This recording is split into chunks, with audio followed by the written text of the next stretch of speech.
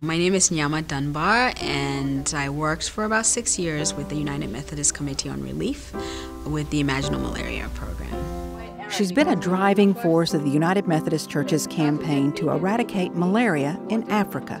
But last year, at the end of a major net distribution in Sierra Leone, Nyamah resigned her post with UMCOR and moved to her native Liberia.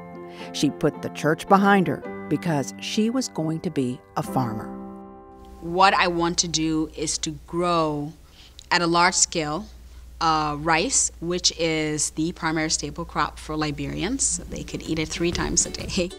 Nyamah's inheritance included fertile land and the shell of a home started but never finished by her grandfather a century past.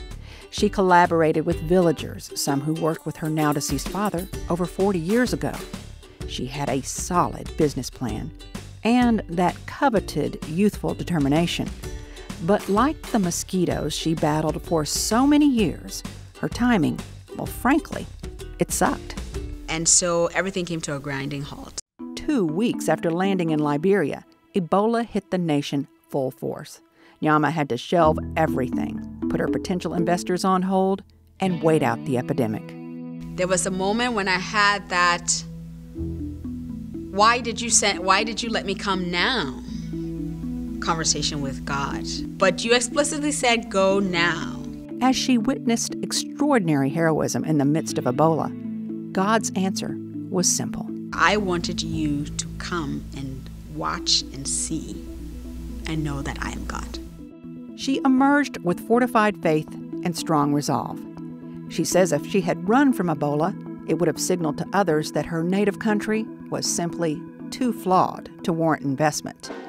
And she realizes now that the church and her business are enduringly linked.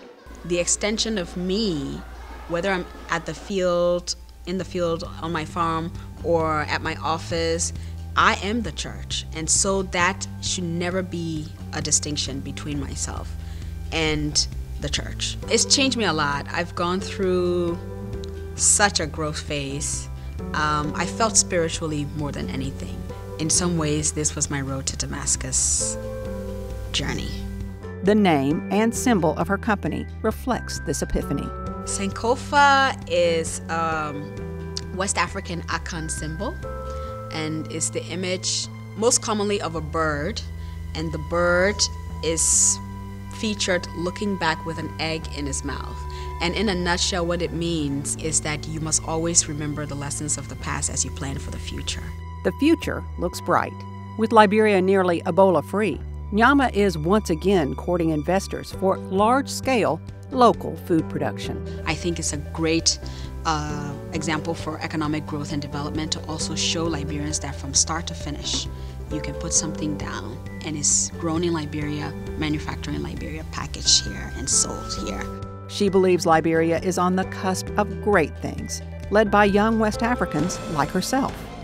This is her form of evangelism. Ebola, for me, has been the gift that came wrapped as a plague.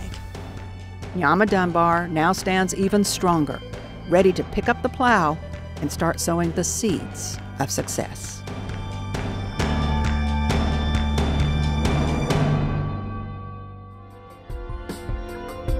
This video was brought to you by the people of the United Methodist Church through World Service donations.